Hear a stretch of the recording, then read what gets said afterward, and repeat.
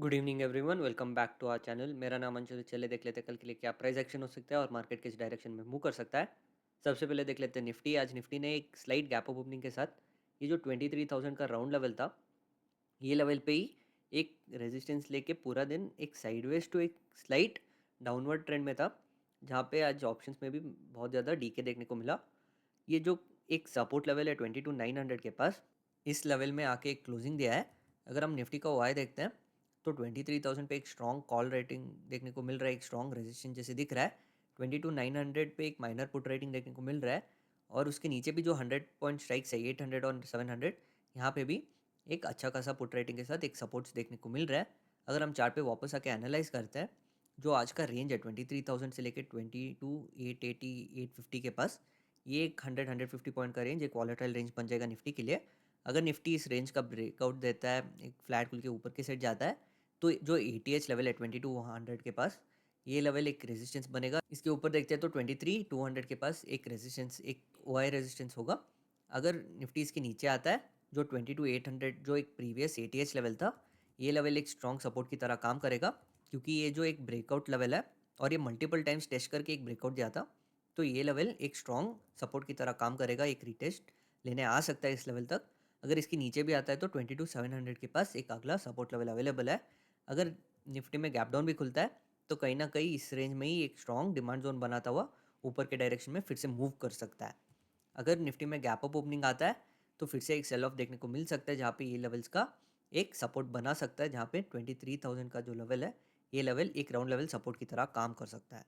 अगर हम bank Nifty की तरफ देखते हैं तो बैंक निफ्टी में भी एक स्लाइड गैप अप ओपनिंग के बाद 49,500 का जो राउंड लेवल है, इस लेवल पे ही एक रेजिस्टेंस लिया, क्योंकि फर्स्ट कैंडल में एक बाइंग मोमेंटम आया था। इस लेवल का एक रेजिस्टेंस लेके पहले कैंडल को एनगल्फ करके फिर से एक नीचे के साइड आया है, डाउन ट्रेंड में आया है, जहाँ पे एक 500 पॉइंट्स का नीचे के साइड मूव किया है, और कहीं ना कहीं ये 49,000 या 49,100 के पास ताके क्लोजिंग दिया है।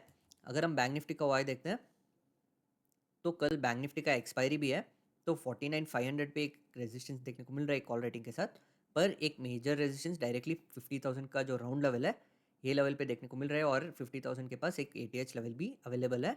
इसके बीच में 100 पॉइंट स्ट्राइक्स में एक माइनर कॉल रेटिंग देखने को मिल रहा है, एक छोटे मोटे रेजिस्टेंस जैसे दिख रहा है। अगर डाउन साइड पे भी देखते हैं तो एक माइनर रेजिस्टेंसेस 49,200 से लेके 49,400 पे भी देखने को मिल रहा है। जो 49,000 का लेवल है, एक स्ट्रॉन्ग सपोर्ट की तरह काम कर सकता है, क्योंकि एक राउंड लेवल भी है। कल के दिन यहाँ पे जैसे अगर मार्केट इस लेवल का अप्रोच करता है तो एक शार्प पुट रेटिंग नज़र आ सकता है, तो ये लेवल एक सपोर्ट की तरह काम करेगा।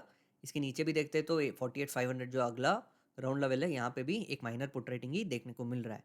अगर हम चार्ट पे वापस आते हैं तो ये जो स्विंग और आज का जो इंट्राडे लो है 49,000 से लेके 49,300 तक, ये रेंज एक वॉलेटाइल रेंज बन जाएगा बैंक निफ्टी के लिए। अगर बैंक निफ्टी इस रेंज में खुल के ऊपर के डायरेक्शन में जाता है तो कहीं ना कहीं पहला रेजिस्टेंस 49,500 का होगा, और एक रेजिस्टेंस इमीडिएटली 49,600 100 पॉइंट्स अप, जहाँ से कल का एक फॉल देखने को मिला था, ये लेवल एक रेजिस्टेंस की तरह बिहेव करेगा। इसके ऊपर देखते तो डायरेक्टली 50,000 जहाँ पे एक मेजर कॉल रेटिंग था और एक प्रीवियस एटीएच लेवल भी था, तो ये लेवल एक मेजर रेजिस्टेंस जैसे बिहेव कर सकता है, जहाँ से एक स्ट्रॉन्ग रिजेक्शन भी देखने को मिला था।